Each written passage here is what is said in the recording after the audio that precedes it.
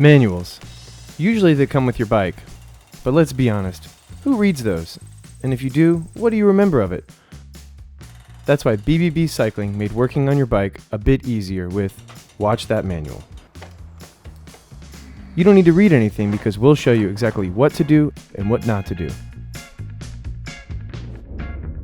Of all the components on your bike, your chain and cassette are the ones that wear out the fastest.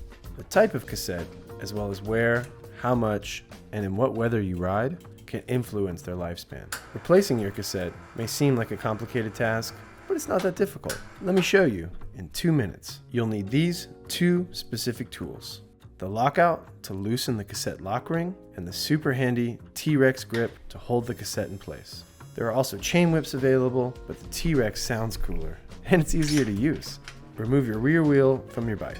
This is easiest when your chain is in the hardest gear or the smallest cog. Place your rear wheel against your legs and lean over it.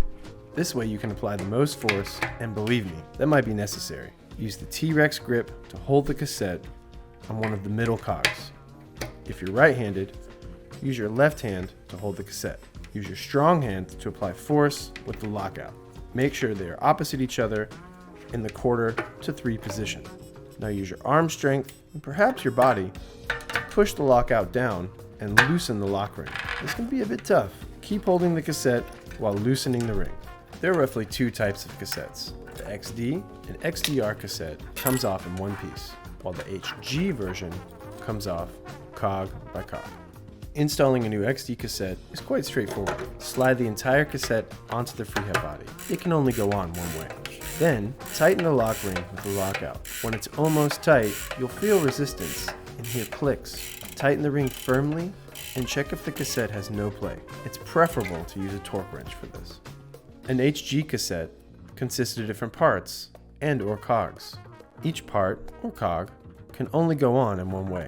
If you have the last part, or the largest cog, on, you can easily align the rest by looking at the number on the cogs. They are all in the same position. In a part with multiple cogs, they are already correctly spaced. If you have a cassette with separate cogs, make sure that between each cog there is a plastic spacer, ensuring the correct distance between the cogs. If you're unsure if a cog is correctly positioned, check if the numbers are readable and facing outward. Often, you can also determine it by color or material. The last 2 cogs usually don't need a spacer. There's often a thicker edge on the cog itself. Make sure the threads are straight and that you can smoothly tighten the ring. Tightening the lock ring is done in the same way as with the XD version. Use the lockout and tighten the ring firmly to 40 Newton meters.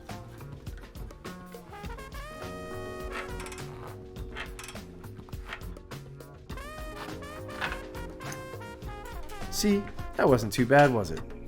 Put your wheel back in the frame and you're ready for many carefree kilometers, thanks to Watch That Manual.